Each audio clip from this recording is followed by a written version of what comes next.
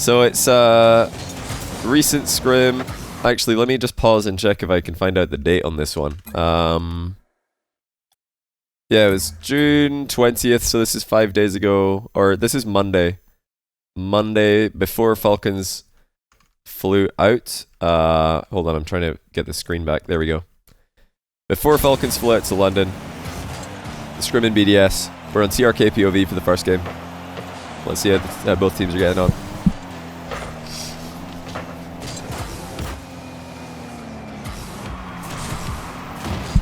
How much ping have they got? They've all got like between 76 for Khalid. He always gets the best ping. He's got like the best Middle East connection of all time. And 88 for TRK, 84 for Ahmad. So very playable for these guys. This is a good server for them. They're not stuck in 100 or 120 as they sometimes are in some of the EU servers. This is a good server. But yeah. Still small advantage to BDS, no doubt. And of course, I have to say this at the start of any time we're watching Scrim replays. Just remember, chat, that it is Scrims, so we have to take whatever result happens as the absolute proof that that team is better. And we have to tell everybody, and you have to base all of your predictions off that. And yeah, definitely scrims are the most important thing of all time. So obviously if BDS win this, they're the better team. If Falcons win, they're the better team. It's as simple as that. It might as well be the RLCS London Major Grand Final that we're watching. Yeah, well, of course, if your favorite team wins, that is times 10. If your favorite team loses, then you got to start thinking of copium. So obviously for Falcons, it'll be ping copium. For BDS, it'll be what would be the best copium for BDS? They're not trying. Yeah, probably they're not trying. It's either ping or they're not trying. TRK looking pretty smooth here, as he always does. Love the ball chase there. Completely caught Monkeyman an extra off guard. Now Ahmad's 1v1ing Seiko. Scores. That's all from the TRK ball chase. We can actually watch it really quickly again from Monkeyman POV to see why this was so effective. So Monkeyman gets the ball, TRK's off the screen, then he's back out of nowhere. It goes over Extra as well, because it looks like Extra is expecting Monkeyman to just have a free touch. Kind of messed up, and then Ahmad just goes and scores. Not much Seiko can do there, but yeah, really good ball chase by TRK. Shows why sometimes it's better to just go straight back towards the ball rather than rotate out. A lot of even high-rated Rocket League players will tell you that you should always rotate away from the ball when you're going back into defense. Personally, I disagree with that. I think most of the time it's better to go back towards the ball initially, and only once it's established that your teammates have got control do you go away from the play. Like, if your teammates don't have control, it's better to pressure the ball from the far side, in my opinion, the way TRK did there, because it's harder for the opponents to see you coming. It's much harder for them to react to you, and it's also, I think, a more active thing to do. Just pressure the ball, because it's not like you're defending the net when you're rotating back, so you might as well do something useful. Is this Diamond LOL? No, this is not Diamond League of Legends. This is Professional Rocket League. If there's any other questions, just at me in the chat. Some misread there. TRK thinking it was going to bounce more straight down. Went out.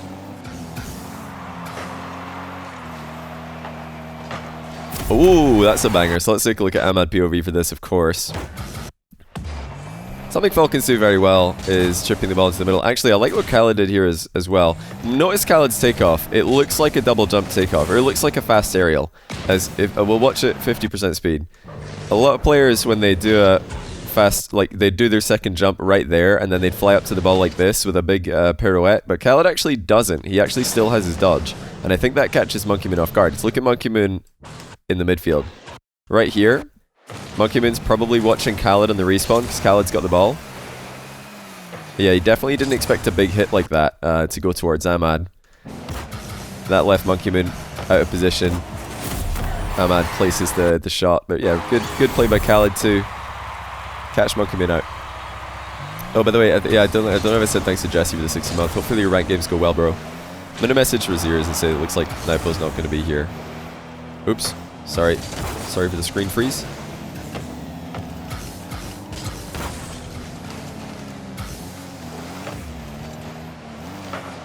You just carried Razier's? Nice.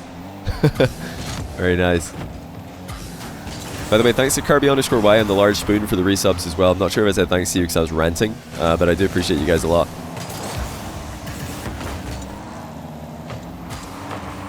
BDS clearly not even trying. Yeah, it's clear. I mean, all you have to do is look at the scoreline and you know the BDS aren't trying. It is as simple as that. Because if they were trying, they wouldn't be losing. That's a pretty good cut again. Who was it this time? I saw it in the corner of my eye. I think it's Khalid this time, so we'll watch Khalid POV on this. Oh no, it's actually... Wait, how does this even go so well for Falcons? This should be a BDS position. Just Extra got very greedy. That's a very, very heavy touch from Extra, because he's not in a position where he can see where Ahmad is, so he just assumes that Ahmad is going to be way back, because TRK is in front of him, and he cuts like this, and Ahmad's right there. So it's kind of a surprising play, but it's definitely careless for Extra to do that, because Ahmad's coming in full speed. He can see that Extra is not really doing anything there, and TRK's right behind him, ready to follow up. Looks like Monkeyman kind of panic flipped. He was worried about getting bumped, I imagine. Yeah, most of the plays that Falcons have made this game have just been they've all been plays where they've surprised BDS with bursts of speed. Khalid sent the ball really quickly over the top of Monkeyman for the second goal. Ahmad with the double tap, of course. But the other two goals were just very, very quick challenges. TRK on a break of rotation, Ahmad from a third man commit. Both of those are positions you wouldn't really expect, or you're not always looking out for. You know, you're not always looking for somebody just breaking rotation and charging the ball. You're not always looking for third man diving like that, but those are things that Falcons do very well. They're quite good at being close to each other without overcommitting. I think they found the balance, because this used to be one of the biggest criticisms people had of Falcons, is that they double commit and they overcommit too much. But as mechanics have improved over the years, double commits in Rocket League haven't been as terrible. Well, let's see what happened here. I think Monkeyman just missed. Oh, he jumped very early for this, so Khalid is able to recover. Yeah, still a good recovery by Khalid, but Monkeyman should be probably scoring there. I don't think he expected the ball to bounce down so low, otherwise he wouldn't have jumped that fast.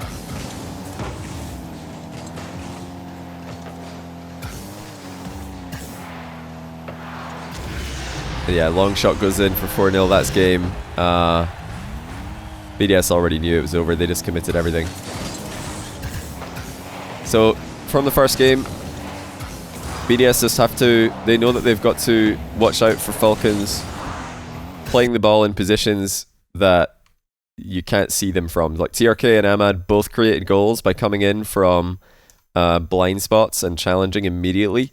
And apart from that, just a very nice mechanical play by Khalid in the back corner, followed up by double tap from Ahmad. Just surprising challenges, surprising acceleration on the ball are what brought goals for Sandrock in the first game, right? Spam in chat who you want to watch for game number 2. We're going to switch to BDS POV, of course. Right, I'm seeing a lot of monkeys. I'm seeing a lot of everybody, to be honest, but I'm seeing mostly Seiko's. So let's go Seiko POV for game number 2. Looks like he's got the default camera glitch. That should change, I think. Unless, is he really using zoomed in camera like this these days? Oh, it's slightly zoomed out now. That's his camera, really zoomed in. It looks like he's got a zoomed in camera, but the stiffness doesn't look to be that high. So when he's moving more quickly, what that will mean is that he'll be able to have a bit more distance between his car and the back of the screen, like this. See, it stretches out a little bit there, but when he slows down, it comes closer. So very precise movements, and already a goal here for BDS. That's a good finish, actually, by Monkeyman. Extra up, misses, Monkeyman air roll shot, goal. It's super low stiffness. This is awful. I mean, I don't think it's awful. I think it's something that you should all be aware of as Rocket League fans and Rocket League players. Is that you can actually get a little bit more distance, because a lot of people think about the camera distance that people are using. They always ask pros, "What's your camera distance? What's your FOV?" You know, camera distance, height, FOV, angle are the 4 main camera settings, but camera stiffness is another one that can have a really big impact on how you see the play. And if you have low distance like Seiko does right now, one of the ways that you can still get you know, a bit of space between your car and the back of the screen when you're moving quickly is by lowering the stiffness as well. I would definitely recommend giving it a go, because a lot of the players who I've seen struggling to dribble, you know, if you're trying to learn how to carry the ball on top of your car, if you're trying to learn how to dribble in Rocket League, if you're trying to do dribbling challenge workshop maps, it can be very difficult if your stiffness is too high. If you're using like 0.7 stiffness or more, then the ball might just bounce around on top of your car when you're trying to control it. So one of my pieces of advice for you, I think Ahmad just missed an open net there. Let's see. Yeah, one of my pieces of advice for you, yeah, he did, is to lower the stiffness. Try like 0.3 or something. If you want to try and improve, if you feel like when you try and ball carry, the ball's bouncing on top of your car a lot and you can't control it, try 0.3 stiffness. Reduce the distance a little bit so you don't feel like you're miles away from the car when you're going supersonic. And I bet your ball control is going to improve a ton. Nice little passing play out of defense there. Got to see extra POV in this one. Something BDS are doing very well. Perfect pass. Khalid actually misreads the bounce on the crossbar. He thought it was going to bounce flat. It actually bounces down a little. Seiko with more space reacts well to it.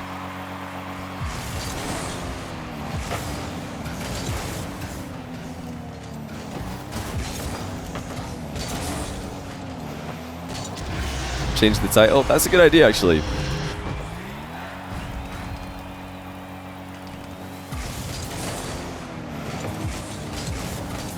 Alright, hold on. I was changing the title. What happened on the kickoff here?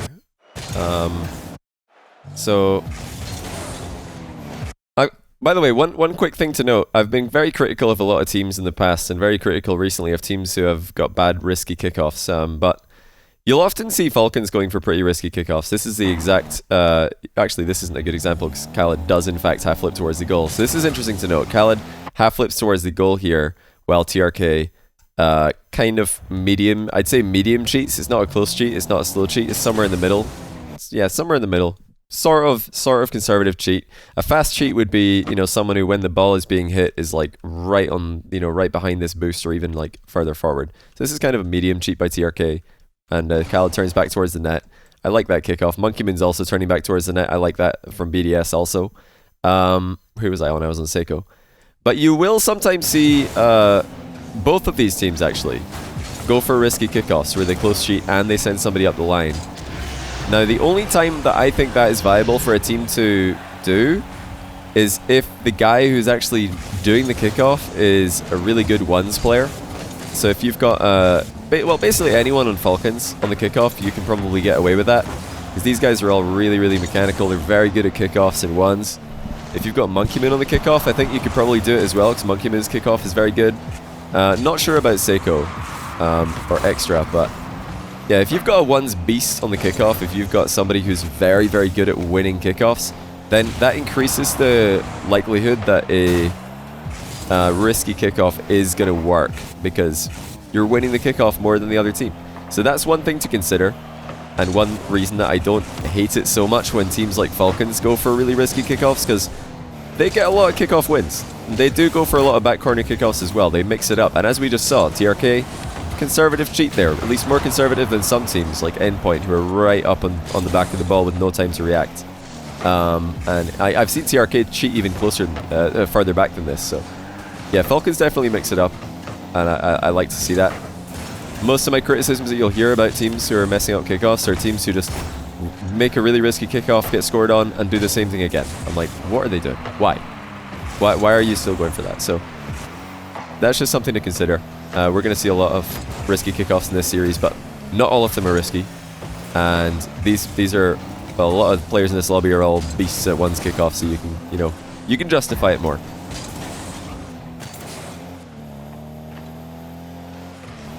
Yeah, these are replays from scrims that happened on Monday. Falcons before they traveled. Oh, what a shot. Hold on. So TRK, air dribbling out of the back corner. Ball bounces off the sidewall. I think Extra kind of misreads this bounce. We'll watch his POV as well. Yeah, he did. He thought that... So what Extra thought was going to happen here is he thought that ball was going to curve and stick to the wall. That's why he's turning towards the wall here. He thinks that the ball's going to come down next to the wall. But then he realizes it's actually kicked out pretty far. And he's worried that if he goes on the wall, he won't be able to get off the wall quickly enough to beat Ahmad to it. But Ahmad really does very well here. That is such a good first touch to set up an immediate shot. Because anything other than a perfect shot here is going to be saved by Seiko, but he just bar downs the shot because the first touch is so good. I mean, that first touch was disgusting. They're playing with high ping. Well, they're not playing with high ping. They're playing with like higher ping, but it's still playable. I mean, for these guys, they've shown that they can play with this if they really put their mind to it. They struggled in quite a few tournaments in the off season between, or during and after RLCS Season X. Sandrock Gaming at the time did struggle with a few off season tournaments against EU like bubble teams, and partly I think it's because those EU bubble teams were actually playing very well. Like a lot of teams that Sandrock were losing to ended up being very, very good teams. Like Evil Geniuses were a team who dominated the off season, beat Sandrock a whole bunch of times. I think they had a great playstyle for it. They just played for a lot of 50-50s, a lot of ground game, a lot of positions that are very difficult to read if you're on the away server. But also just because they're a very good team. But yeah, I think a lot of people underestimated Sandrock Gaming and now Falcons because they see them losing to teams that they think, well, they've got to be beating that team surely. But you got to remember, in a off-season tournament, you're not getting many server switches. The admins of those tournaments are probably trying to get a lot of games done in a row, so they're not going to let you just switch from one server to another to another to another. They're just going to tell you got to play with that. So if you're stuck with 100 ping, 120, that's a lot harder than 80. This is game 2. Falcons won the first one.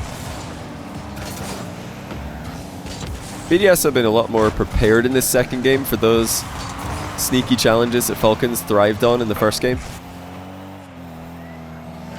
If you missed it, TRK and Ahmad both caught BDS off guard. TRK with a ball chase challenge while recovering, Ahmad with a third man commit that Extra didn't see coming. And the lesson there is if you can't see one of your opponents, at least respect that they could be coming for you or they could be going for the ball. Understand that it could be happening. One of the most important times to be aware of that is when you're controlling the ball and you can only see 2 opponents and you know that one of them is behind you. Because these days, you all know this now, but it used to catch everybody off guard. That was actually a really good pre-jump save. Watch this from TRK. I think he saved this. Yeah, he did. Extra shot was just good enough to get past Khalid. I'm not sure if Ahmad had the save. Let's take a look. Maybe. He was trying to get in a position where he could dodge here. And if he double jumps into that ball, he might just do the same thing Khalid does. I think Ahmad had the save. Not sure. Either way, BDS definitely would have had a lot of pressure there. Goal did feel like it could be coming. Okay, let's go to the next game. Who do you guys want to see? All right, first name I saw was Ahmad, so we'll just go Ahmad. Yeah, like I was saying, if you always get demoed while you're dribbling, just get used to knowing that if your opponents have only got 2 players in defense, the third player is probably going straight for you while you dribble. He is probably coming up behind you trying to get a kill. Wait, did Khalid infield past this, or did he fake it? Let's see. This TRK knew. Yeah, Khalid faked it. TRK was up already. A lot of teams doing this these days, which I love to see. I've been really enjoying the prevalence of fake aerials in modern day Rocket League, because you probably, I mean, those of you who watched, type 1 in chat if you watched the Saltcast when me and Smellsworth did that. One of the topics that we always discussed, or we talked about a ton, was that players didn't really utilize fake aerials a lot. And this is something that would happen a ton in our own ranked games. Whenever I played with Smellsworth in ranked, pretty much half of our aerials ended up being fake aerials because we're so bad at the game. But it would catch the other team off guard, and we both realized like there's a lot of reason to do this. That's a great infield passing shot, by the way. You can actually gain a ton by just faking an aerial and then letting your teammate come through for the free goal. And these days pro teams do it a lot. Moist do it a lot. We saw it from Falcons right there. Saw another very safe kickoff from Falcons as well. Ahmad half flipping onto the boost and turning back towards the goal. I just love to see it. I've got to point it out anytime I see it. Got to give credit where it's due. Yeah, G2 have been faking a lot of aerials in NA. I've got to shut that down though. A lot of people saying like, oh wow, G2 started the fake aerial meta. Like, shut up with that. What are you talking about? G2 did not start the fake aerial meta. They just like were one of the teams who were doing it. I know that there's a lot of you guys and all you ever watch is NA Rocket League. You're like, oh my goodness, G2 are so innovative. They've started a meta game. When really it's happening all around the world. It's happening in the Middle East, it's happening in SAM, it's happening in Europe. It's happening everywhere. Plus, if you're talking about starting the fake aerial meta, you've got to give credit to OCE, who have been doing it consistently every single game of every single series since Season 3, when they joined the RLCS. Like, OCE are the real origin of fake aerials. There's so many people. I can't. Anytime I say fake aerial, someone in chat is like, oh yeah, it was actually G2 that started that, so this team's copying G2. I'm cringing. Literally cringing. Literally cringing IRL.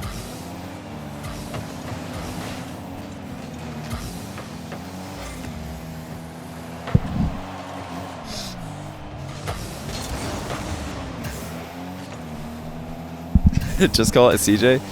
CJ doesn't miss. He doesn't fake aerials a lot. He just misses a lot of open nets.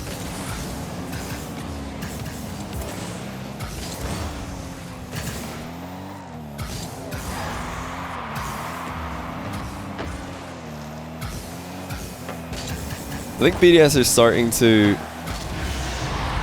look good when they're in pressure positions, but it's not been easy for them to establish that dominance. And you know, throughout this split, we've seen a lot of BDS attacking, not a lot of BDS defending, because whenever they do defend, they just make one save and then they start attacking again. They found it very easy, pretty much the whole split, to get out of defense.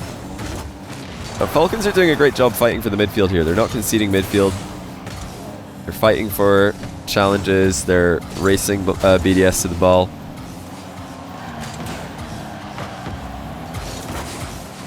And the way that BDS dominated Europe this split with their midfield presence and just their pressure, territory that they're able to control. Anytime a team can do this and like fight for the midfield, you have to recognize it and you have to give it credit. I expect teams at the Major to have more fun against BDS than Europe did for most of this split. Because, again, higher quality, it's a higher level of gameplay at the Major. Khalid just missed this. I think, did he misread or did he just miss? I think he just... Looks like he was expecting... He was either expecting Monkey Moon to hit that or Monkey Moon ghost hit it. Probably expecting Monkey Moon to hit it. Did he need to pre-jump? Probably no, I would say. You never know, it could have been a ghost hit, but it didn't look like a position that you're gonna be able to pre-jump successfully every time anyway. It really, to me, it looks like Falcons are coming out on top of the majority of these kickoffs, so as I continue to see more and more, Falcons have pulled off a few back corner kickoffs, they've won a couple. And most of the kickoffs are resulting in chances for Falcons. They're mixing it up well. They're not playing too risky every time. And they are just very good at they're very good at kickoffs. So the mechanics aspect of it, there's no question. Falcons have got that figured out. Ahmad trying to waste some time here by his teammates. Time to get back. Monkey Moon sidewall double, doesn't get it. I've been noticing a ton in pro play recently that I expect this to happen on LAN a lot. Is that a lot of goals come from soft clears now, which is kind of strange, because we went through a phase years ago, I don't even remember what season it would have been, but seasons and seasons ago in RLCS, there were so many goals from soft clears, because teams would just hit the ball as hard as they can, and sometimes it wouldn't be particularly hard. They'd immediately concede a shot, and it would just go in. Now that stopped happening as teams got better at dribbling the ball out of defense, passing the ball out of defense, 50-50ing the ball in the back corner. But these days I'm seeing one thing. I don't know if you guys are noticing this as well, but I've been noticing a lot of back corner defensive pinches to try and clear the ball. And a lot of them go wrong, and they just result in soft clears. Ooh, Seiko nearly clutches it up there. But yeah, I'm always watching these days for like failed back corner defensive pinches, which I think are kind of risky and unnecessary. Wow, what a play. Hold on, we need to look at this. Remember what I talked about earlier on from Khalid, where he looks like he's fast aerial, but he actually still has his dodge?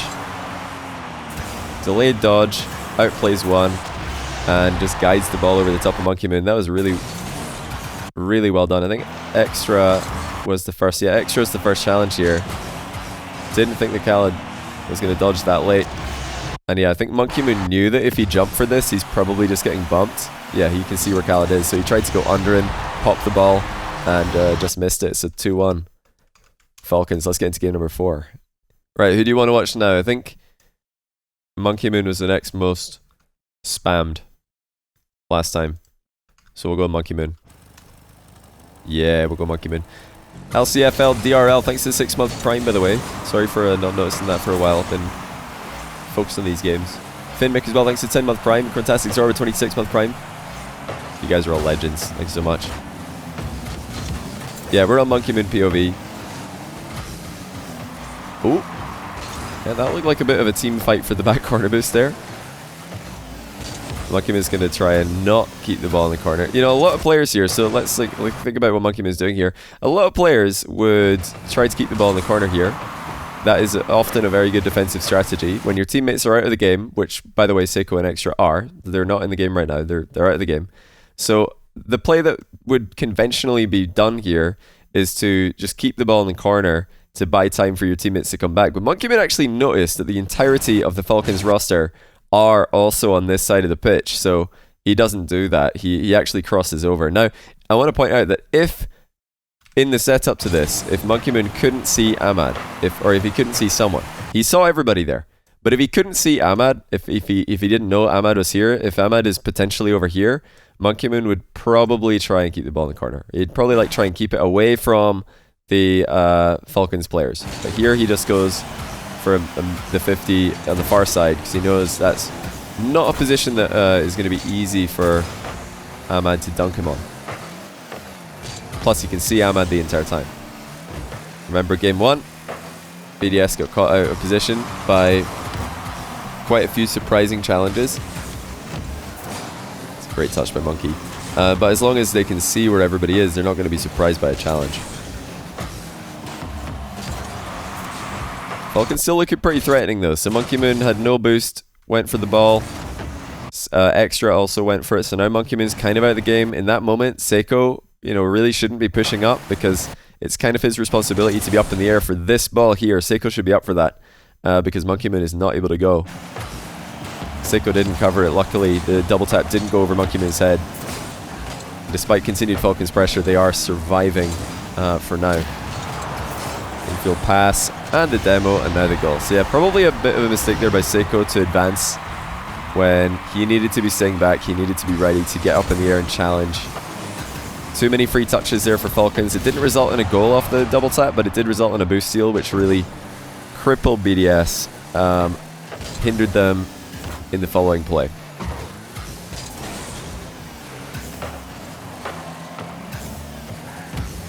Who's the worst player in this lobby? Probably, I don't know what Mew's rank is, so I'm going to say Mew. I think Kale is SSL, so I'm guessing Mew, but I don't know what rank he is, so I'm just guessing. Nice little flip reset there from Monkey Moon. He even flew down to try and pressure Ahmad. I'm going to look at Ahmad POV, see if he could see Monkey Moon coming for him. Yeah, he could actually. You can see Monkey Moon dive bombing him. Mew's GC2, Mew's C1. Okay, getting some conflicting stories here. He's GC2. What rank is Kale? What rank is Kale? He was GC2, but now C1. What on earth happened to him? Did he switch from controller to keyboard or something? Didn't Kale used to go by the name Kale Thanks? Kale Thanks? Kale THX?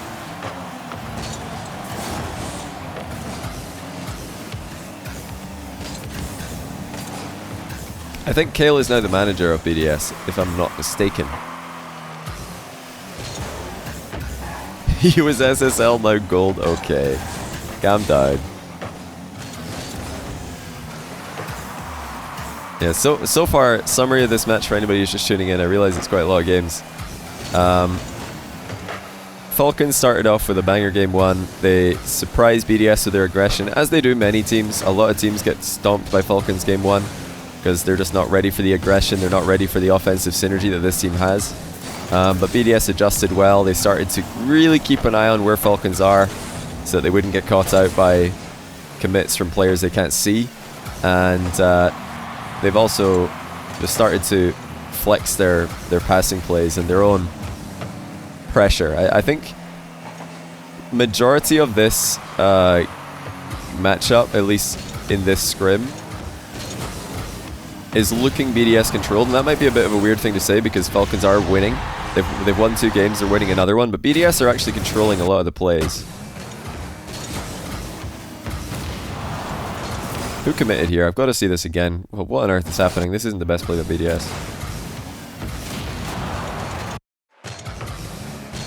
Where is Extra in all this? Oh, he's just gone. Oh, he's really gone. Wow.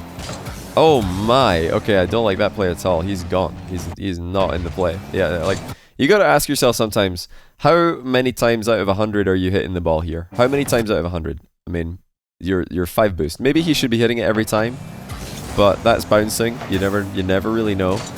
Does Ahmad have a second touch on that? He might.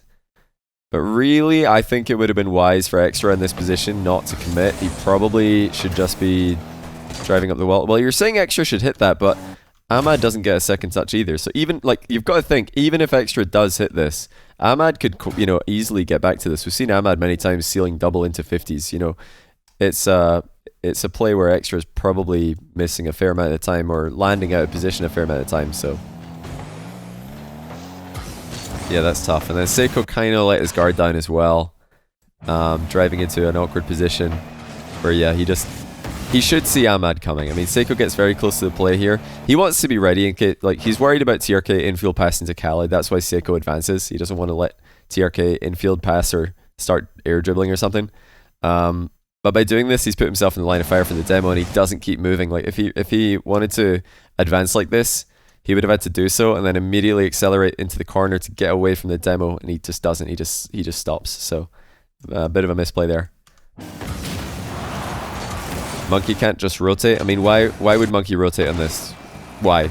Like, that's just such a, it's such a, I don't know.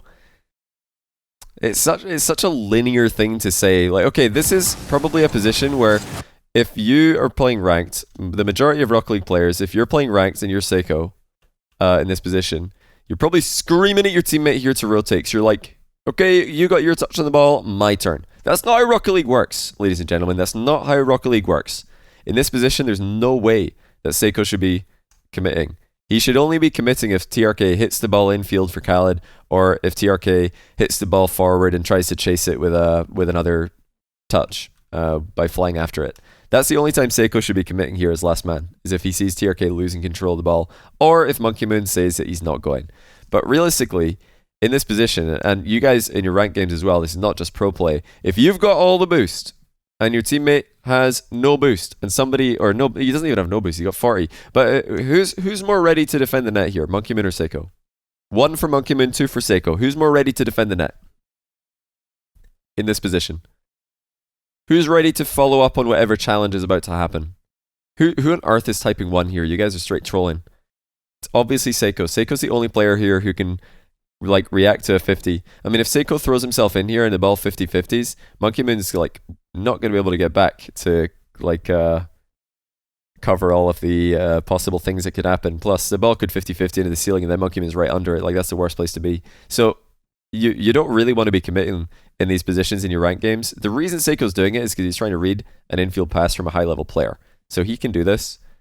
He's also, you know, I'd expect him to know that Ahmad's coming for him, and I'd expect him to either jump or drive away or, you know, make some kind of evasive maneuver. So Seiko can make this play, but in ranked, you should really not be doing this. You should not be, you know, getting nice and close to your teammate when they've got pressure on the ball. You should leave a bit of a bigger gap than this so that whatever 50-50 happens, you can actually react to it. If that, like, you know, 50-50s down. Is Seiko even getting there? I don't know.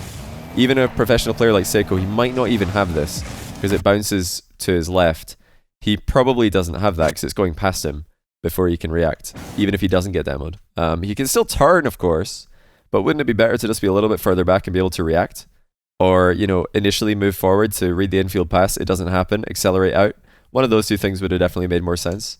But the only reason I paused this to talk about it is because I know a lot of people, I've watched a lot of streams, I've heard a lot of people in videos, I've heard a lot of people in like clips complaining that their teammate isn't rotating, when really their teammate shouldn't rotate. Monkey Moon should not rotate back there. The only way Monkey Moon can impact the play is by going for the ball. The only way.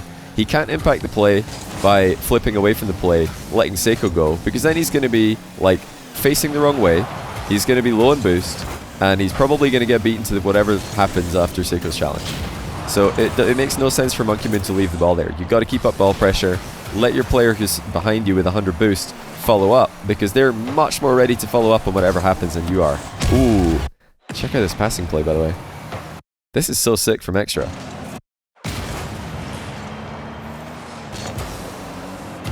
Drops it for Seiko, infield to Monkey Moon. That's disgusting. Really, really well done. Scrims are not serious. Scrims have two purposes. One, to like practice strategies and mechanics that are too risky to practice in a real game. Such as, you might go into a scrim and say, okay, let's just go for a ton of infield passes. Even if the other team sees it coming, let's just do it anyway because we want to practice our infield passes. Or you might go into a scrim and say, let's just practice our 50-50s. You know, even if the other team sees it coming, doesn't matter. Let's just practice it. Seiko misreading the back ball there, by the way. Low boost. Had to jump but didn't get the read.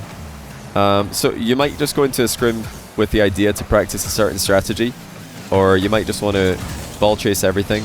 You might want to go for a ton of demos. Whatever it is, that's one of the reasons to scrim, is to practice things that A, the other team might see coming, B, might be too risky to do in pro play at the moment. But a lot of things that are too risky to do in pro play right now will not always be too risky to do in pro play. As people get better at them, and as people practice them more, they'll become less risky. Uh-oh.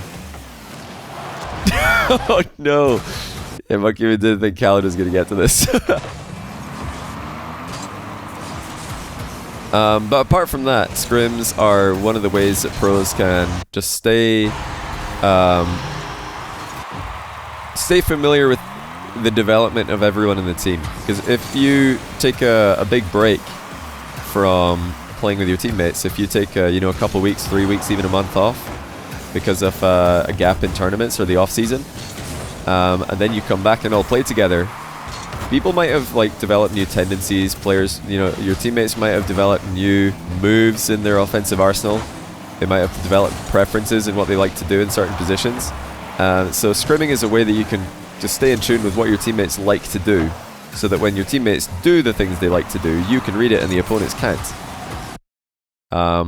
Yeah, multiple reasons to scrim, but to say that scrims are just for fun, it's not tournaments, it's not serious, I don't agree with that at all. Scrims are definitely the best practice that pros can get outside of tournaments themselves.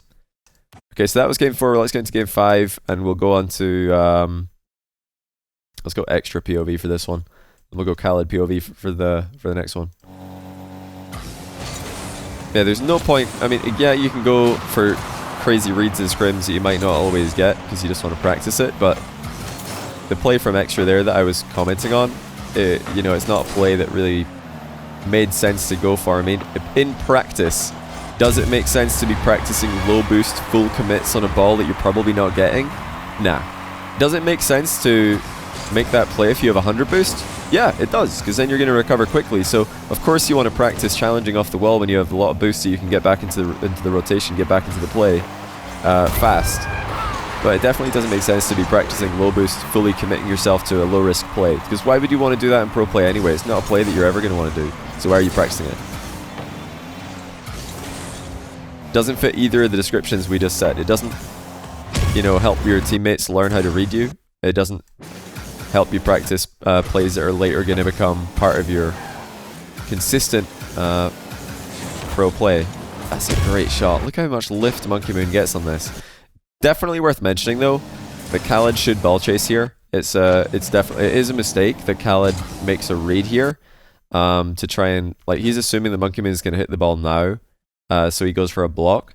But as the lead challenge, as the first challenge in an aerial position like this, you have to play the ball, or at least part of the ball, because you've got a goalkeeper behind you. In this case, 2 goalkeepers behind you, so you just have to play the ball, and that forces Monkeyman to do something, like hitting it early, in which case TRK or Ahmad would save it, and then you're fine. But by going for a block, that gives Monkeyman the window to fake you, and then your teammates don't have any window where they can make a challenge on a free ball. Monkeyman still has control the entire time. Sorry, I'm a Monkeyman POV, I'm supposed to be extra. Yeah, what do you do if you're the first challenge on an aerial player? Play the ball. Make sure you at least get part of the ball, especially these days where everybody's so good at flip reset mind games, keeping full control. If you don't play the ball, your teammate, your goalkeeper behind you, has a really, really difficult position. It was a really good goal, don't get me wrong, but Khalid could have just flipped into the ball and it would have been fine. Like, even if Khalid flips into the ball there and Monkeyman plays the shot earlier, Ahmad or TRK probably have it saved. Whereas if Khalid goes for a block and well, what happens happens. There's no time for Ahmad and TRK to react. It's all about getting the challenge in as early as possible. Just hit the ball as soon as you can. That means that even if you're outplayed, the opponent had to make their move earlier, which makes it easier for your teammates to react. It's good speed by TRK. Backboard's covered though. Seiko decides to go over the midfield with it. You'll notice a lot of the time, I'm going to switch to Khalid POV on this one. A lot of the time, you know, kind of positions where if you give a low-rated player and even like a Grand Champ or sometimes even SSL player this position, they shoot. They just shoot because I don't know if it's just automatic. It's probably just an automatic reaction for most players. You know, any kind of clean touch where nobody else is influencing the play except you. A lot of players just shoot, and that's not the best play in that position because a shot at this range against a defended net, it isn't going to ever result in a goal against a world-class team. In fact, it wouldn't even qualify in my opinion. Even if the game counted it as a shot, it's not a shot. We may as well have another like column in the leaderboard that says giving away possession, and it would be a 1 in that column. If you shoot from this range because you have a free touch, you might as well call it giving possession away. It's not even a shot. You're just conceding possession. So, you know, what's the difference? I want to briefly pause here and talk about the difference between giving away possession and pressuring the other team. Because there is a fine line, and I often hear it being misunderstood, even by high-level players and even by, well, sometimes casters. So, let me explain. If Khalid can absolutely boom the living daylights out of this ball into the curve above the goal, and it's going to get there before anyone from BDS can get up on the wall and control it, that has a lot more value than the touch that Khalid will be able to make from this position, which is a much slower shot should he decide to shoot. So it all depends on the quality of the hit. If you can absolutely slaughter the ball into the back wall, and you've got a teammate in a position to drive forward and try and demo a goalkeeper or steal a boost, if you can follow up a boomer onto the back wall with some kind of pressure in the way of a boost steal, the threat of a double tap, the threat of a demo, then that's great. But are any of these things being threatened right now? No. And that's why Khalid doesn't even go for a boomer. He doesn't try. Because number one, he knows that any kind of like touch he makes from here is probably, with the amount of boost and momentum he's got, it's not going to be enough to put BDS under significant pressure. They're probably just going to jump up and catch the ball and take it for free. But even if Khalid did have a ton of momentum here, he'd probably still not do it because TRK is rotating out, Ahmad's rotating away. No one's ready to immediately follow up on a touch here and really put pressure on BDS. So instead, he hits the ball up into the air, hoping that all of BDS would turn. I mean, what Khalid is looking for here is he's trying to make it look like he's going to boom the ball, and he's hoping that all of BDS turn around and start heading in the direction of where this ball should be going, or where this ball could be going, let's say. But that's not what Extra does. Extra realizes that Khalid isn't really booming this. So he's one step ahead. Khalid makes a very interesting play where he hits it into the ceiling to try and pass to TRK. Extra, instead of turning preemptively, stays around here, reads the ceiling pass, or the lofted ball, and intercepts it. So there's actually a lot going on there, despite the fact that it looks like quite a simple play. It looks like Khalid just hit the ball up in the air and Extra's there for it, but really there's a lot to think about. And it shows why pro players are so good at what they do, because Extra didn't just automatically, he didn't autopilot to turn away there, he actually stayed ready. Yeah, see a nice little air dribble center there from TRK to Ahmad.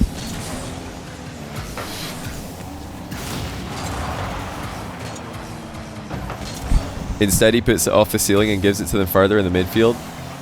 I mean, if you think that's what Khalid was doing, you've actually just got a low IQ for Rocket League, and you should get back in the lab, because he was clearly trying to pass the TRK. He was clearly like hoping that BDS would all turn around and he could just loft the ball into the middle of the pitch and TRK could quickly follow up and get a free touch. If you can't see that, even after I slowly break it down for you, then I don't know what to tell you, because I just explained that in about as much detail as is possible. So if you still don't get it, I guess you're just never going to get it. One of those things, you either get it or you don't.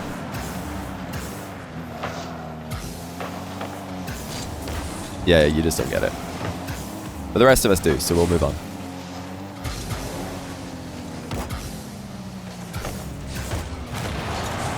You can't be so outcome driven. Like, honestly, if you're that outcome oriented in Rocket League, you're never going to improve. If every time something doesn't work, you think to yourself, well, I'm never doing that again, and every time something works, you think, great, that was genius, I'm going to do that again, then you're just not going to improve at this game.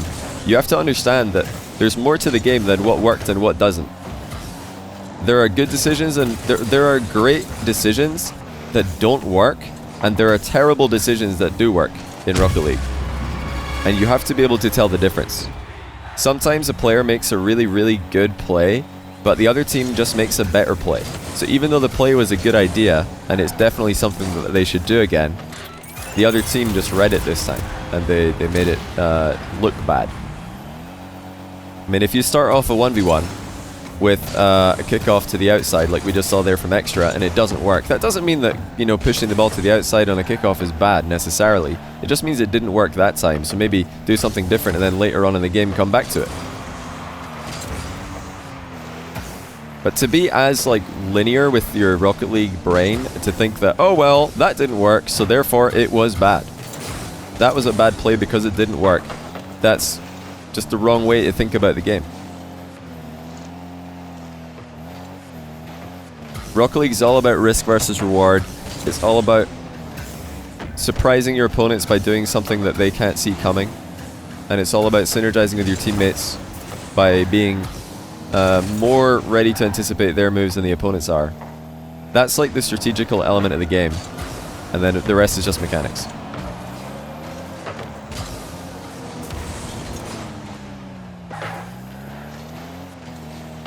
But yeah, I also bring it up because you're going to see a lot of this from Falcons. They actually do it very well, and they do it regularly, where they chip the ball up into the middle of the pitch, or they lob the ball into the middle of the pitch after faking a hard clear.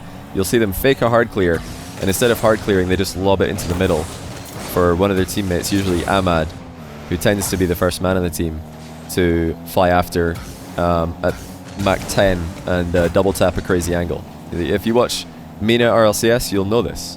But most of you probably don't watch Mina RLCS. Well, maybe not. Maybe these days you do. I don't know. But a lot of people in the Rocket League scene don't watch Mina RLCS. They just look at the Wikipedia results and think, well, that's a one-team region. But if you watch the games, you'd realize that there's a lot of insane teams and insane players in that region. Falcons just have a mental edge, and they just have ridiculous ice when it matters most. All the extras. This is Scrim, and he's keeping the ball up in 0 in a 5-2 position. You might think that's stupid, by the way. You might think that's dumb. But this is kind of smart, actually. You don't often get to practice 0-second plays in Rocket League. So you might think, oh, look at Extra trolling here. They've already won the game, and they're still, trying to keep the ball up. But this is really good to do. It's very good. This touch is phenomenal. To 0 boost, pop the ball into the curve like this, that might, one day be a play that Extra can make, or a similar play to something he can make to keep the ball alive in a losing position. So, again, you got to think deeper. You can't just look at the scoreline and think, well, that was pointless. You gotta think, is that practicing a mechanic that could be useful in the future? Is that practicing something that could be necessary? Yes. Therefore it's smart. Right, that's game 5. Let's get into game 6. It's currently 3-2 Falcons. He's just trolling? He might be, but it's smart trolling if he is. If that's trolling, then it's very smart trolling. It's efficient trolling because you're learning while you troll.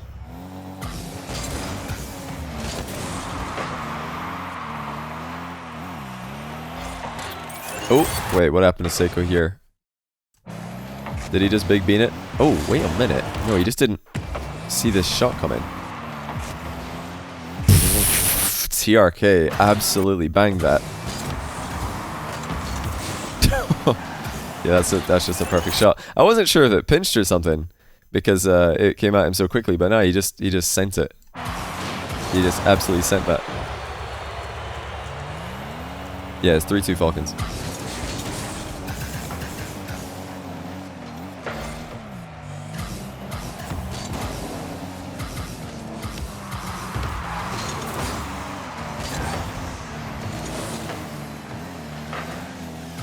This will be an interesting one to see because Khalid is the third man generally for this squad.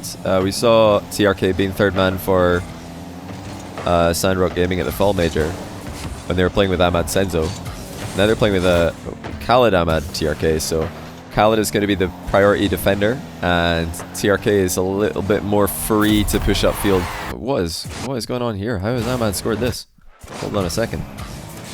Bit of a gap in the BDS challenges here, which is not usual. I mean, Ahmad's done phenomenally well.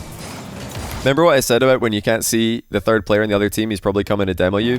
Ahmad knew that, jumped, delayed pop to get over Monkey Moon, and then another pop to get over his extra as well. I mean, that's a pretty good goal, but it's definitely a misplay from BDS to have that much of a gap in their challenge. In fact, it's probably worth a rewind, because this is an important concept as well.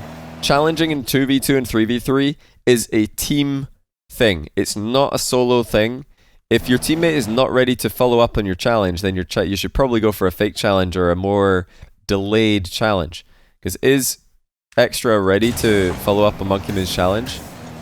Not really. He's a bit too far back. Now that could be Extra's fault. I mean, Monkey Moon darts across the middle of the field. He makes his intentions pretty clear. Extra could probably follow a little bit closer here. Because right there, this moment here, this is when Extra would need to be like jumping for the challenge. That moment when Ahmad is still recovering, he's just landed.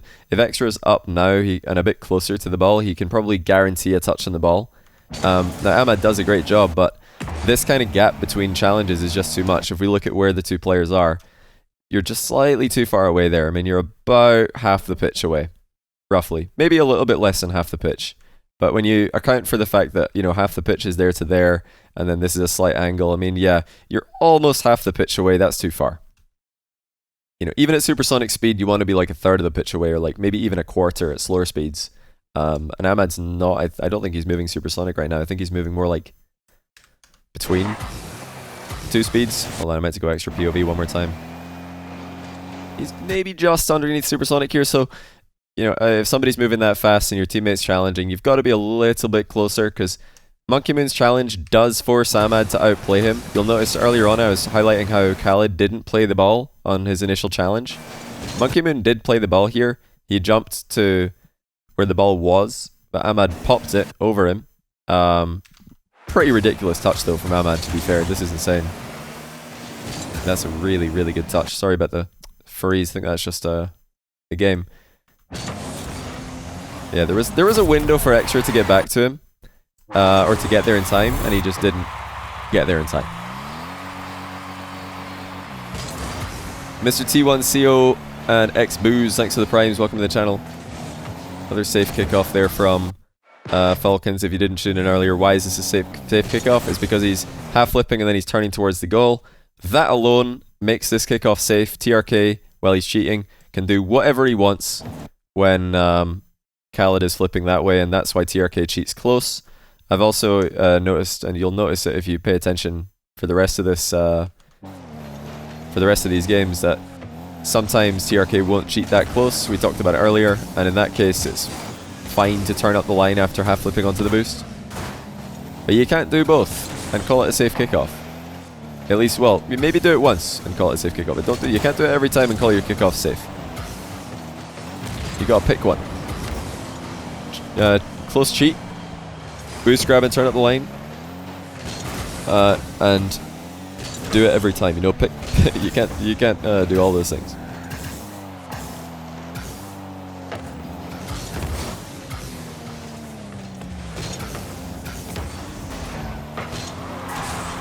So let's see what BDS are going to do from 2 goals down here. Let's see. I want to see Monkey Moon POV in this play because Khalid actually just tried to surprise Monkey Moon with a play that we saw work for Falcons quite a few times in the first game. He's breaking rotation intentionally here. So Khalid just made a play on the ball. Now TRK goes. So instead of flipping away from the play, which would be the, you know, very often preached and conventional thing to do, Khalid turns immediately because he's hoping that Monkey Moon won't see him coming. And if Monkey Moon doesn't see Khalid coming here, he might decide to let this ball bounce, in which case Khalid can launch it into the corner wall. And, well, if Ahmad is a little bit closer, he'd be able to follow up. Maybe TRK can get back down and follow up. But this is a position where often you can just cut in front of the, or you cut the rotation, surprise the last man, send the ball into the corner wall. It's in the middle before you know it, and then it's in the net. Monkey Moon sees it coming this time.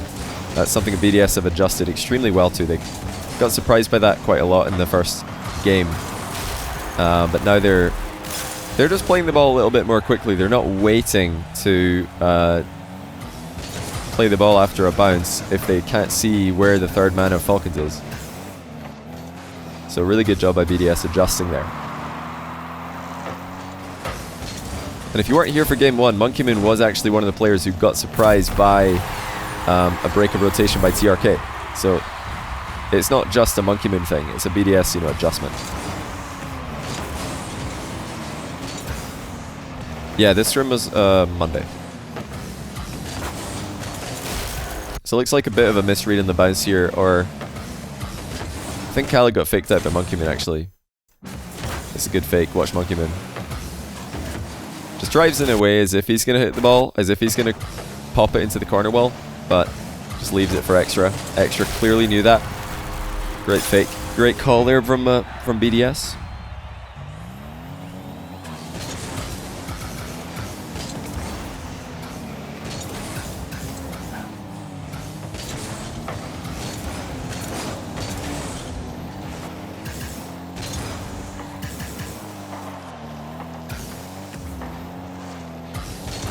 Series scores 3-2 Falcons.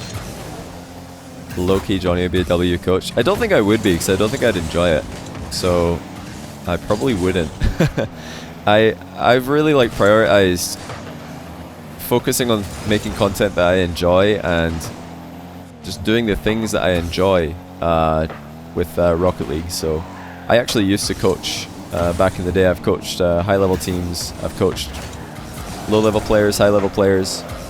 And I just didn't, I don't know, it felt like a grind. I just didn't enjoy it that much, so I stopped doing it entirely. Even though it was quite profitable to do, I just didn't want to do it, because if you're only doing it to make money and you don't really need that revenue stream, then it's probably just going to burn you out.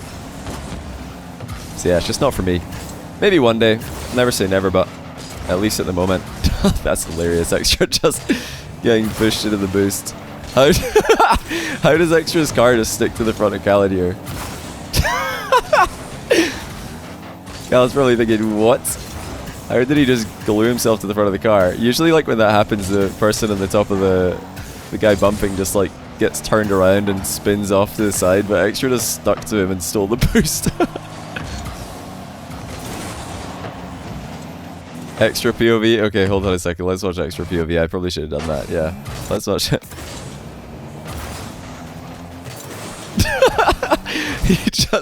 He just goes with it. You know, it might be worth mentioning, I don't think Extra actually accelerated there.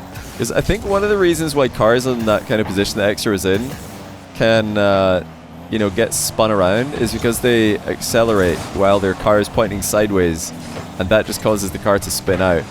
So maybe Extra just had zero inputs there. Maybe he just let it happen. If he just let that happen, it's genius. It would actually be classed as an outplay. He just let himself be bumped, didn't panic, didn't accelerate, because he knew if I just roll with this, he's not supersonic, so I'm not going to die. He's actually just bumping me into a boost steal. Genius. Or maybe he was just like, oh, I'm dead, and he let go of his controller so he could scratch his nose or something, and it worked out wonderfully. You never know.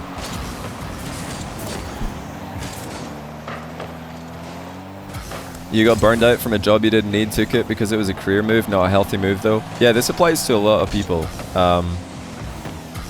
It's important to focus on what you enjoy, I think. If you've got the income, you know, if you're only doing something for more money that you don't really need, but, you know, more money's more money, then you got to weigh up the pros and the cons. The pros would be it's more money. The cons would be, okay, I'm going to get burned out and I'm going to get drained by doing this. Is it worth the money? Because time is, I've always like tried as well. This isn't, I think, as much of a real life application as much as it is a content creator application, but I think it very much applies to content creators. Oh, what a shot. Gotta call out Khalid again, by the way. He's the lead challenge here and he doesn't hit the ball. He's playing this as if it's a 1v1. He's trying to block Seiko instead of just going for the ball, and this is something Seiko's extremely well known for. You know, Seiko in particular, I'll get back to my content creator talk in a second. But Seiko in particular, he very often goes for air dribble fakes into flip reset, which, this is sick, by the way. He plays for the lean back reset, which, another one. Got to call him out, got to call out the fans. Everybody, a lot of people call this an Arsenal reset. Yeah, it's literally in the chat right now, Arsenal reset. Seiko's been doing this for like the entire season. He's been doing this the entire season. He literally, Seiko has been at the forefront of doing this. His resets are, they're not something he looks to other people to learn. He's always just improving himself. Arsenal did it first. Right. Okay. Well, this has been something that players have been doing for years in 1v1. So is it the 1v1 reset or what is it? Because I've seen Seiko do this since the very first time I saw Seiko play. And it's been happening in 1v1 for years. So I feel like we've seen every type of reset way more in 1v1 than we have in 3. So like they almost always happen in 1v1 before they happen in 3v3.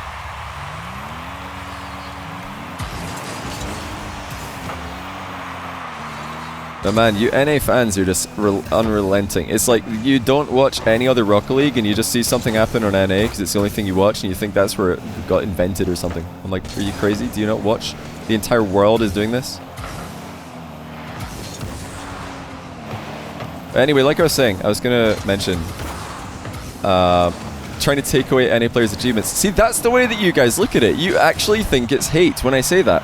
When really, I'm just trying to give more credit. I'm saying, listen, there's a lot of players who've been doing this. Seiko's been doing this for a long time. And in EU, the pros were like calling it, I think a lot of the pros were calling it a Seiko reset in Europe.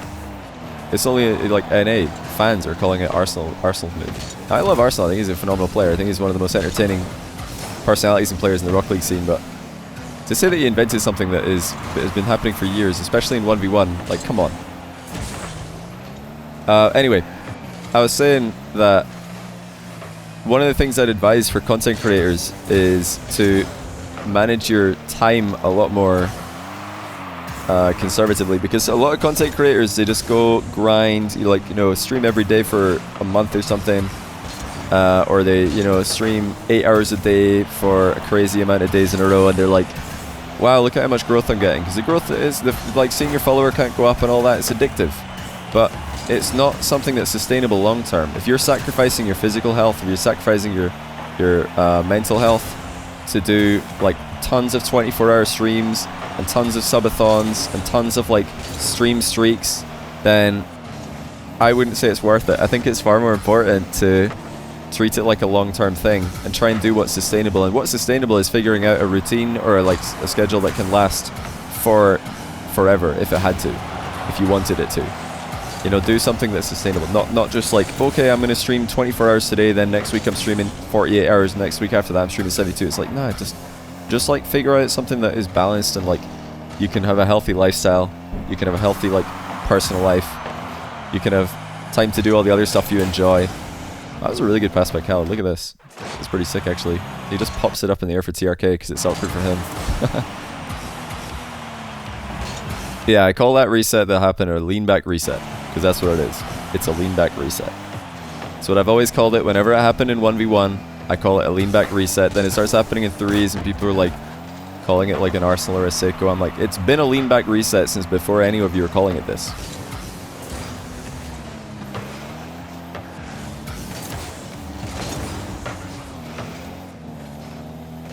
Like, I know you guys don't watch my videos, but they still happened. That's a good good play here by Seiko. Ahmad getting a bit greedy in the back corner here, trying to set up a boom. I think what he's trying to do here is chip the ball up like we saw him earlier. He wave dashes in the wall to try and beat Seiko to it, and then he's trying to boom this, but Seiko just beats him to it, so... Good shot by, or good hit by Seiko, by the way. Look where he hits the ball into to launch it down. Absolutely sniped that curve. Because Khalid had the back wall covered, so if this hit the corner instead of the back wall, it would have been a lot easier, but Seiko just sniped the back wall at the curve where it goes into the ceiling. Great touch. Right, last game. Who do you guys want to see for the last game? Alright, mostly TRKs. Let's go TRK.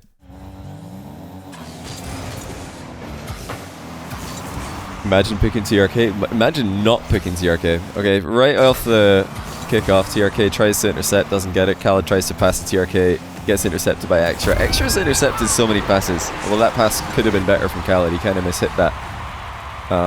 Extra's still intercepting a ton of passes. Despises the relating wave dash. That's good.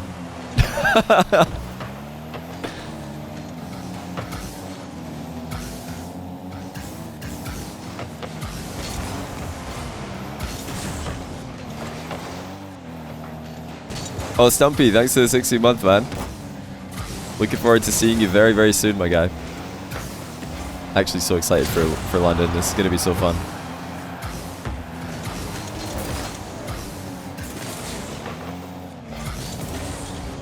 Did I call a Coxer pinch? Hit the ball into the corner when your car when the well. I can't even read that. It disappeared before I could finish reading. No, get this. It's gonna blow your mind. I call it a pinch. I know. Crazy, right? It's a pinch. Pinch was a thing. The only thing that changed was when Cox started actually shooting. Like, what Coxer figured out is you could reliably and consistently shoot the ball with a pinch. And the way that he learned how to do it, well, for the Batmobile, because he played Batmobile when he was practicing this and perfecting his technique, is by he would do a quick little double jump aerial and then fly into the ball sideways, hit it with the front of the car, but he'd be side on right as the ball passes the curve of the wall. And that's how he mastered it. Ooh, nice shot by Khalid. I think Extra was surprised by Khalid being able to put this on net. Yeah, Extra thought Khalid was at a standstill and it had gone over him, but the aerial shot was good enough. But yeah, the history of pinches is quite interesting because Coxer developed this technique that worked really well in the Batmobile.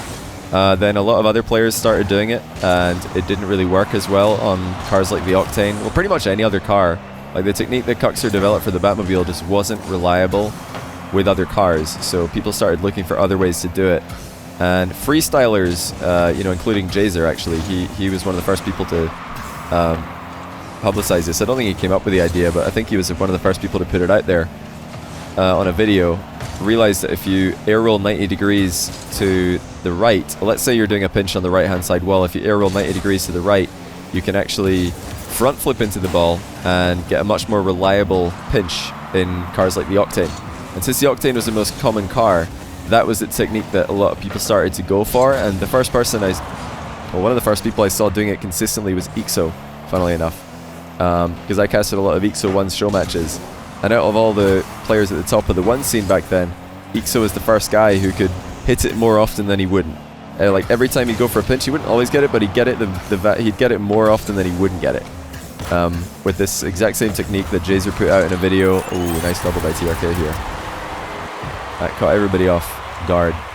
But yeah, a lot of players started doing it as well. It wasn't just him. And then we started seeing it in other positions in the field instead of it just being back third.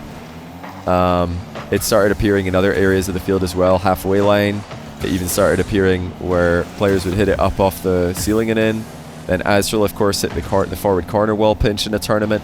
So there's been so many different developments and so many different iterations of pinches that have been successful that I've always felt like just calling literally every single pinch a Coxer pinch is kind of silly, because it doesn't really tell the full story, nor does it accurately represent what really happened, because these days nobody's playing Batmobile, at least that I know, and no one is using the Coxer technique.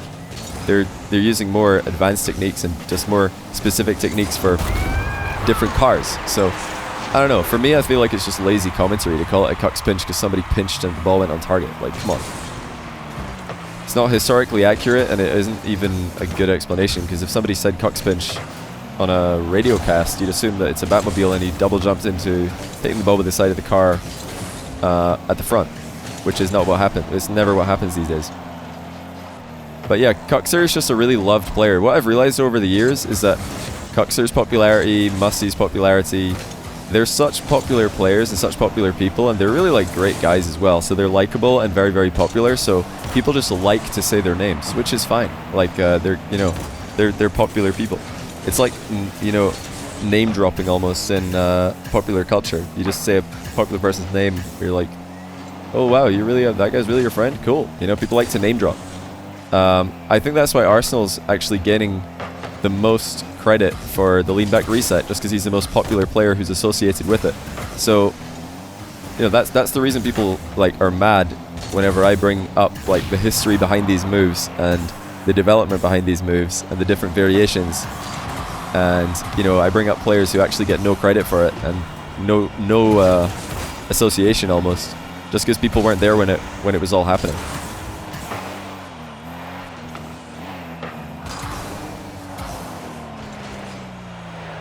It looks like we're going to go into another overtime. Didn't we have 2 overtimes already this series? I think we had 2, and BDS won one of them. I don't remember who won the other one. I think it was one each. I think it might have been one each.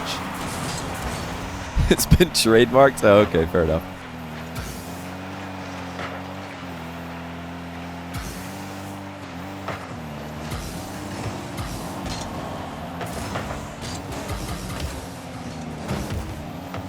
Johnny Boy not fun at a party? I can't remember the last time I talked about Rocket League at a party, my guy. I can't remember the last time I talked about Rocket League in real life. It's actually... It's kind of interesting to see... so many people are really surprised when they meet Rocket League people and they don't talk about Rocket League. It's like... Rocket League is... work for a lot of pros, casters,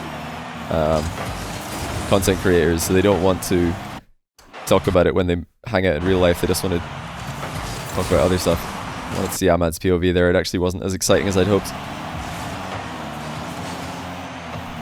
I think I'm the authority, and my opinion is more valid than yours. Yeah, more valid than the average Twitch chat? Absolutely. Yeah, definitely. More valid in a real life interaction? No. That's not the same. A streamer talking to their Twitch chat is not a real conversation. Get out of your parasocial relationships. You think I talk to people in real life like I talk to Twitch chat? You're out of your mind. This isn't a real life conversation.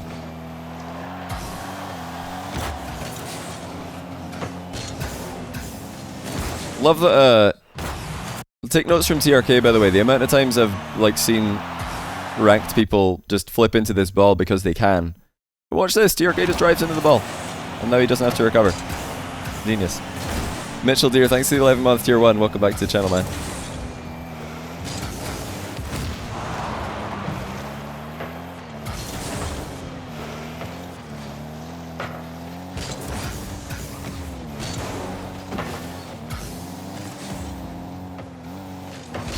It's an IRL combo. Fair enough, you got me. This scrim was Monday, 20th. Falcons gave BDS a run for their money. Yeah, I mean, these have been good games. They've been adapting to each other. I think BDS have to be given a ton of credit for immediately. I really mean immediately. They lost one game where 2 of the goals were... ooh, is that just in? No, Seiko's gonna get there. Khalid actually 50'd that after initially looking like he lost control. But yeah, game 1, if you missed it, Falcons won 4-0. The last goal was kind of like BDS overextending because they're losing by 3, so it doesn't really matter too much. The 2 goals before that, one of them was a really big clear from Khalid that Monkey Moon didn't anticipate, followed up by an Ahmad double tap. So that was a really just a kind of like an outplay. The other 2 goals were a surprising breaker rotation from TRK, catching Monkey Moon an extra off guard, and then the 3rd goal actually was, I think it was Ahmad just diving as 3rd man when extra didn't expect him to, and it created a chance for his teammate. So 2 times in game 1, BDS were surprised by early challenges, and for the rest of the series, if you've been paying attention, you'll have noticed that BDS have been extremely attentive to Falcons players' positioning. I think a couple of times they've been demoed, so they maybe could have been more ready for that. But they are absolutely, being a lot more careful with how they position. They're not just waiting for the ball to settle before playing it. They're getting behind the ball and making sure that they at least get something on it. Also have to give credit to Falcons. Earlier I mentioned that a couple times they weren't playing the ball enough in defense. They were trying to go for too many blocks. This last game has been a fine example of playing the ball in defense from Falcons. They don't want to get faked, essentially. So both teams are making some nice changes. It's good to see. BDS have been predominantly attacking, but Falcons are surviving well. Just keeping the ball in safe areas. BDS are testing the water here a ton. They're constantly in the Falcons' end. That's another breaker rotation here from TRK. Very smart. So again, I talked about this earlier. Many high-level players, many high-level content creators will tell you that in this kind of position, you're supposed to rotate out. You're supposed to rotate to the back post. You're supposed to rotate away from the ball. But watch what happens here. TRK literally goes towards the ball when Seiko doesn't expect him to, comes from his blind spot, and creates a chance for his teammate. I think it's Khalid, who gets up for the double tap immediately, and I think he just hit the post there. But Monkey Moon was in position to get a touch anyway, so unreal. I don't think Monkey Moon hit it before the post did there, but he did hit it after the post bounce. And he might have hit it even if it didn't hit the post. He might have had the save there, hard to tell.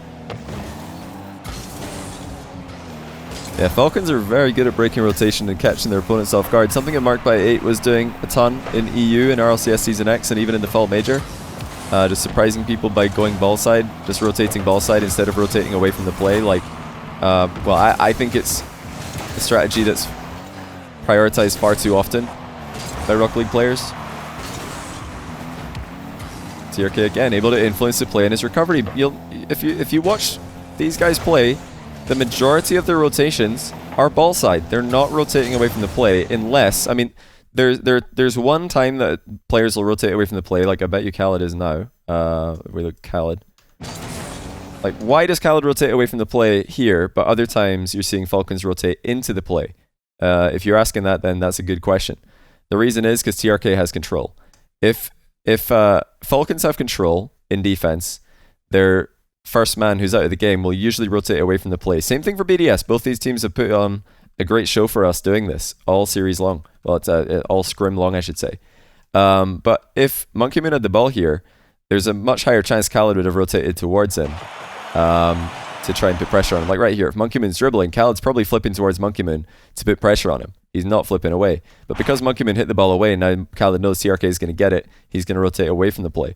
So think about it like that. If your team have control, rotate away, give them space. If your team don't have control, get towards the ball, put pressure on the opponent to try and force a touch that maybe your teammates in defense can play off. It's not as simple as rotate away from the play, that's how you rotate. I mean, too many people out here are saying that that's how you rotate in Rocket League, is you just go away from the play. You rotate, don't rotate ball side. Like, nah, it's not that simple. Rocket League rotation is not like it's not a linear black and white rulebook. You've got to like think about where the opponents are, who's got control of the ball. Yeah, BDS putting on a ton of pressure here. Falcons are just trying to survive with defensive 50s. Trying to control the play. They're trying not to concede an open net. They're trying not to concede a shot from a dangerous angle. Yeah, whenever they get the chance, TRK does go for a boomer because he spotted a little window there that he could sneak the ball through.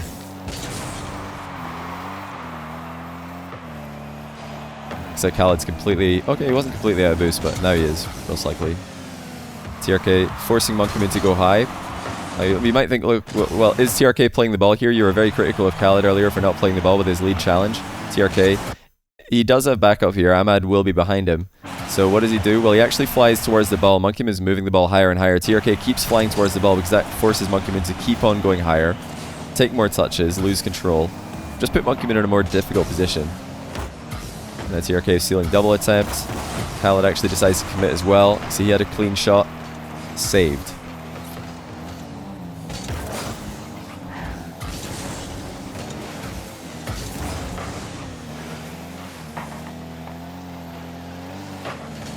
It's been a great game, actually. I just realized it's like a 6-minute overtime. My goodness. Falcons have done a pretty good job surviving, but BDS have had the more clear-cut chances here. TRK again playing the ball with his lead challenge. Very important.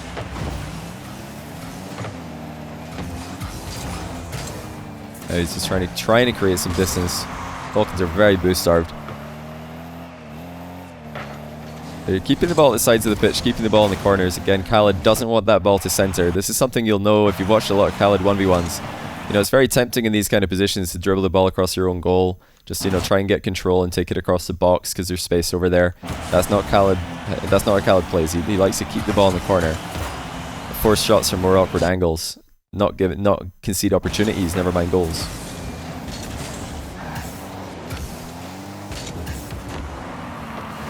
Good defense by Seiko. It was going to be a bit of an awkward shot, but I think TRK might have been able to get back to that. Yeah, after playing each other for... This has got to be over an hour now, given how long this overtime is going. Both teams have clearly got a good read on each other. It took a while for them to start to read each other to this level, but now they've got excellent anticipation. I mean, TRK here is just crazy. Like, this is insane that he can read this. This is such a scary position where he's in the net. Notice how he does get in the goal behind the line, something you should always try and do when you're rotating into the net. But then he realizes that Monkeyman doesn't have enough momentum, and the way that Khalid is flipping into the ball here is going to neutralize it. Look how Khalid is positioning. He's neutralizing the ball. He's keeping it in the corner. It's the Khalid special. And clearly TRK knows how Khalid likes to play these positions. He's not someone who's just going to flip into the ball here as fast as he can and try and get as much power on it. No, he's just trying to keep the ball in the corner. And TRK knows that, so he's able to read the 50-50. This is extremely high level stuff. Because a lot of players here wouldn't have the confidence to drive forward here and commit, because they'd be worried that this ball is going to 50-50 into the ceiling or something. But TRK understands Khalid doesn't like to do that. He likes to control the ball, keep it in the corner, not 50 volatile, in a volatile way. Drifting into the net. What's wrong with drifting into the net? He's got a bit of time. He's got a bit of time to chill. I mean, this is fine. I'd say this is good positioning. You're ready for pretty much anything.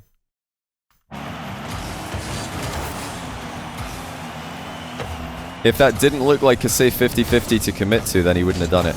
Nah, Johnny, no. Alright, what's he supposed to do there if he's not going to drift into the net? What is wrong with TRK's position? I'm waiting. What was he not ready to cover? Just don't drift? Why? Why? He's got time. He knew he had time. He can do he could do literally what he wants. He could jump for no reason if he wanted to there. He could kill time by jumping on the spot. Oh, is that just game? Oh, it is. Just like that. Hold on. Ahmad just dusts someone. It's a useless thing to do in net. I mean, he had time though, so it didn't matter. It made no difference. Yeah, Ahmad just read the play a little bit better than Monkeyman and beat him to the ball. Monkeyman was up quick here, but he flew in the wrong direction, so he had a lot of adjustment to do. He had to correct his flight path quite a few times there by air rolling. So although he took off quickly, I mean, Monkeyman is one of the fastest players in the air. He actually took off faster than Ahmad here, but by taking off faster, I think he had a slightly less accurate read because he had to adjust so much. And Ahmad just probably didn't expect to score. I think Ahmad probably expected a 50-50 here. He's probably like thinking Monkeyman's going to get a piece of this, so he's making sure that he's goal side. And then he just ends up getting a goal because Extra can't get back. Extra, yeah, he just didn't have the play, didn't have the boost, didn't have the speed. He maybe could have saved this if he was a little bit faster back, but couldn't do it, and that's game over. GG's.